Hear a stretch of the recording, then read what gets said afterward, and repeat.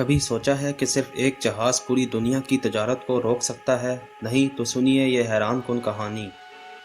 23 مارچ 2021 کو ایک بہت بڑا کارگو شپ جس کا نام تھا ایور گیون ملیشیا سے نیدرلینڈ جا رہا تھا۔ جب یہ سوئس کینال سے گزر رہا تھا تو اچانک ایک زبردست سینڈ سٹارم یعنی ریت کا طوفان آیا۔ ہوا اتنی تیز تھی کہ جہاز اپنا کنٹرول کھو بیٹھا اور سیدھا جا کر نہر کی دونوں دیواروں سے ٹکرا گیا۔ بس پھر کیا تھا؟ یہ اتنا بڑا جہاز تھا کہ دونوں کناروں کو چھو کر پورا راستہ بلاک کر دیا، کوئی بھی آگے یا پیچھے نہیں جا سکتا تھا۔ کچھ دیر میں انٹرنیٹ پر پکچرز وائرل ہو گئی، سیٹلائٹ ویوز بھی آنے لگے اور سب کو سمجھ آ گیا کہ ایک گلوبل ٹریفک جام لگ چکی ہے پانی میں۔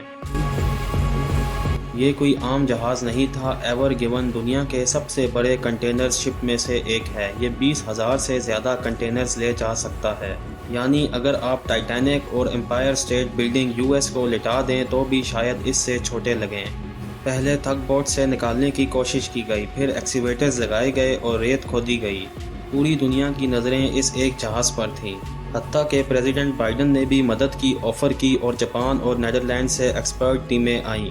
اب سوچیں، یہ نہر جو ریڈ سی کو میڈیٹرینین سی سے جوڑتی ہے دنیا کی تجارت کا ایک اہم راستہ ہے۔ یہاں سے گزرنے سے 8 سے 10 دن کی بچت ہوتی ہے۔ اگر بند ہو جائے تو جہازوں کو پورا افریقہ گھوم کر جانا پڑتا ہے۔ جب ایور گیون پھنسا تو دونوں طرف 370 سے زیادہ جہاز کھڑے تھے اور ہر دن تقریباً $9.6 بلین کی چیزیں تاخیر کا شکار ہو رہی تھیں۔ کچھ کمپنیاں انتظار نہ کر سکیں اور انہوں نے لمبا اور مہنگا راستہ اختیار کیا، جیسے کہ کیپ آف گڈ ہوپ۔ اسی کمپنی کا دوسرا جہاز ایور گریڈ بھی ادھر سے بھیجا گیا، اور سب سے زیادہ مسئلہ ان جہازوں کا تھا جن پر لائیو اینیملز تھے، کیونکہ اتنے لمبے سفر کے لیے پانی اور خوراک کی کمی ہو گئی۔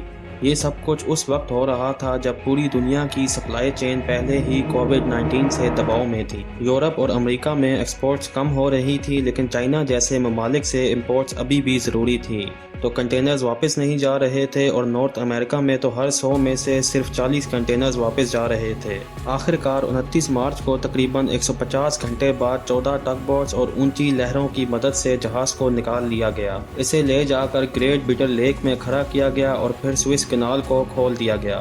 لیکن کہانی یہاں ختم نہیں ہوئی۔ جب سارے جہاز ایک ساتھ یورپ اور ایشیا کی بندرگاہوں پر پہنچے تو وہاں بھی رش لگ گیا، یعنی صرف ایک جہاز نے ایک ایسا سلسلہ شروع کیا جو پوری دنیا کے لاجسٹک سسٹم پر اثر ڈال گیا۔ اگر آپ کو ویڈیو پسند آئی تو زیب ویژن کو سبسکرائب کرنا مت بھولیے گا۔